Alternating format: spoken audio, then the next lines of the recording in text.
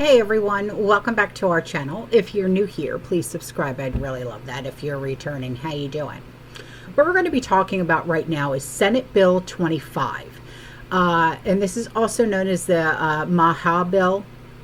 And so far, this is only taking place in Texas. But be aware, okay, of this bill because once it takes place in a very large state, it's a trickle effect or a domino effect, as I like to call it, okay? Now, what this bill does is it focuses on improving health and nutrition standards in Texas, particularly in relation to food labeling, education, and healthcare professional training. And this bill was signed by Governor Abbott. It mandates warning labels now on certain food products. Enhances nutrition education in schools and healthcare settings, and establishes a nutrition advisory committee. Now, what is it going to do? Well, it requires warning labels now, okay, saying that it's not fit for human consumption on food products that contain any of the 44 ingredients deemed unhealthy by international authorities. It mandates minimum levels of physical activity for elementary school kids and prohibits restricting recess on physical education as punishment for, and this is according to the Texas Senate. It requires nutrition and wellness curricula in high schools, higher education, and for healthcare professionals like physicians and nurses. It creates a committee to research the link between processed foods and chronic diseases and develop nutrition education materials. It ensures daily physical education for students in kindergarten through 8th grade and prohibits restricting recess or physical activities as punishment. So this SB 25 is part of a broader MAHA movement aimed at improving public health through policy changes. And if you're thinking, wow, that's really great, just hang on just a sec, okay? Because this is going to affect you in more ways than you could possibly imagine. The movement also includes other bills such as those addressing school lunch, quality, and SNAP benefits. The movement has gained bipartisan support, with some framing it as a way to address childhood chronic diseases. And critics argue that the bill expands government control over personal choices and may disproportionately affect low-income individuals. Okay, so what we're going to talk about now is what food. No, boo boo. No, sorry, my cat.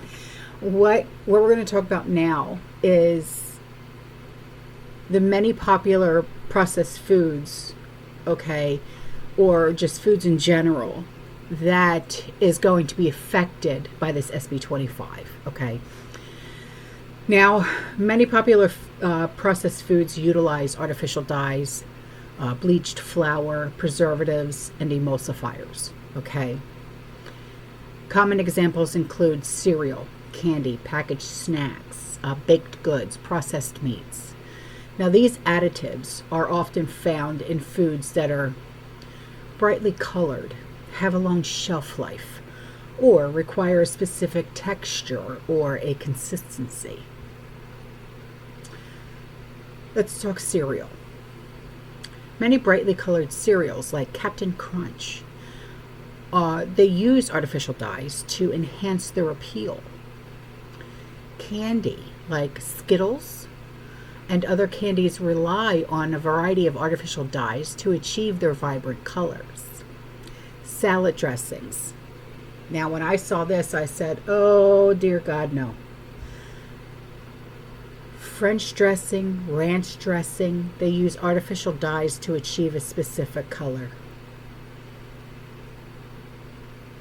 I'm feeling a little verklempt.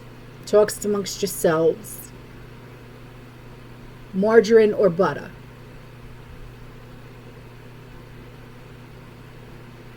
Don't mess with blue cheese. That's all I've got to say, okay? So next, other foods like smoked salmon, trail mix, and wasabi peas. They also contain artificial dyes, y'all. Okay? Now, let's talk about foods with bleached flour. okay? Because this is all a part of that SB 25. Many breads, cakes, cookies, and other baked goods utilize bleached flour for a lighter color and a softer texture. Packaged snacks like crackers and pastries and other packaged snacks often contain the bleached flour. Now let's talk food with preservatives. Preservatives like sodium nitrate are commonly used in bacon, sausage, and other processed meats to extend the shelf life and prevent spoilage. Bacon, woosa, okay? Packaged bread. Now, a lot of packaged bread uses preservatives to prevent mold growth and extend the shelf life. Cheese, dear God. Okay, here it comes. Verklempt. Okay. Whew. Certain cheeses, especially processed or prepackaged varieties, contain preservatives. Ay, famarona mia. Other foods, like soft drinks, dried fruits, fruit juices, and even seafood, like raw prawns, can also contain preservatives. Now, food with emulsifiers. Mayonnaise, margarine. Emulsifiers prevent oil and water from separating in these products, creating a smooth texture. The salad dressings, similar to mayo, they may use emulsifiers to maintain a consistent texture. Ice cream. Ay, not my mint chocolate chip. Not my mint chocolate chip. Okay. The emulsifiers help create a smooth, creamy texture in ice cream. Chocolate. Oh, God. Okay. You've gone too far. You've gone too far with the chocolate. You've gone too far. Okay. Emulsifiers help to bind the ingredients in chocolate and prevent separation. I don't care. Okay. Baked goods. Emulsifiers are used in many baked goods to improve texture, moisture, and shelf life. Packaged breads. Emulsifiers help maintain the softness and freshness of packaged breads. Deli meats. Emulsifiers help bind the meat and fat in processed meats, improving texture and consistency. Nut butters. What do you mean? Nut butters. Huh? If I can't have my Nutella, okay, I don't care about the emulsifiers to prevent the oil from separating in the nut butters and the peanut butter. Okay, I need the Nutella and I need... Okay. Frostings. Oh, Sean's going to have a shit fit if he can't have his frostings. Especially the cream cheese frosting. Okay? Just saying. So, guys, stock up on the foods that you know contain this stuff. Okay? And don't say, I would never eat anything like that in my life. Shush. In your pantries, your non-perishables, whether you realize it or not, contain all this stuff. Okay? So stock up on the foods that you know that you eat and your family eats before you can no longer get it. Because of this SB 25. Because like I said, it may be called SB 25 for Texas. But because a large state has now adopted this, it's only going to be a domino effect or a trickle effect, and other states are going to follow suit.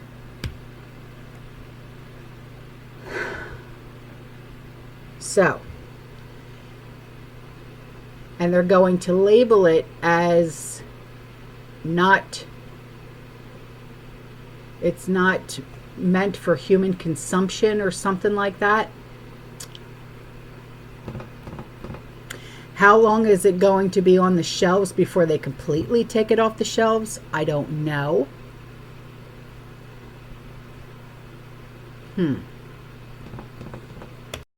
Okay, I just looked it up because I wanted to be sure before I said anything. Because I didn't want to, say something that's not factual. Senate Bill 25 in Texas. Now, this is just for Texas, like I said, will not remove processed foods from grocery stores. Instead, it will just require warning labels on certain processed foods sold in Texas that contain specific ingredients deemed unhealthy.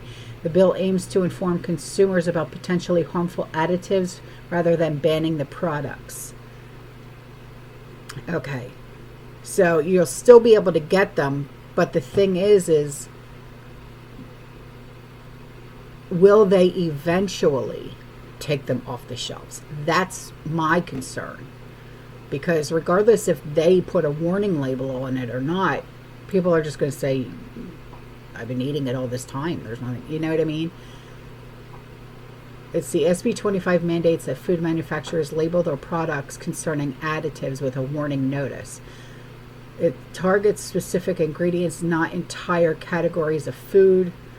The bill requires warning labels on affected products rather than banning them from sale. Consumers will have more information about the ingredients in their food and can make more informed choices. Some manufacturers might choose to reformulate their products to avoid the warning labels. It does not affect what food items can be purchased with SNAP benefits. Now, see, that's not what I heard. I heard that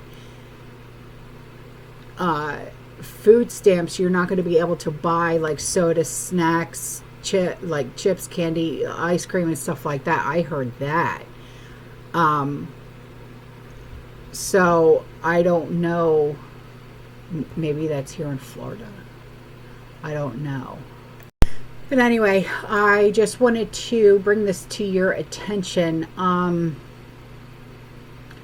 because I wanted you to be aware that apparently all of these foods that I mentioned are not safe for human consumption anymore, but for some reason can still be legally sold here in America. Strange but true. All right, I am out of here. I will see you in the next one. You stay safe, you stay positive, you keep prepping, and as always, fearless and God bless.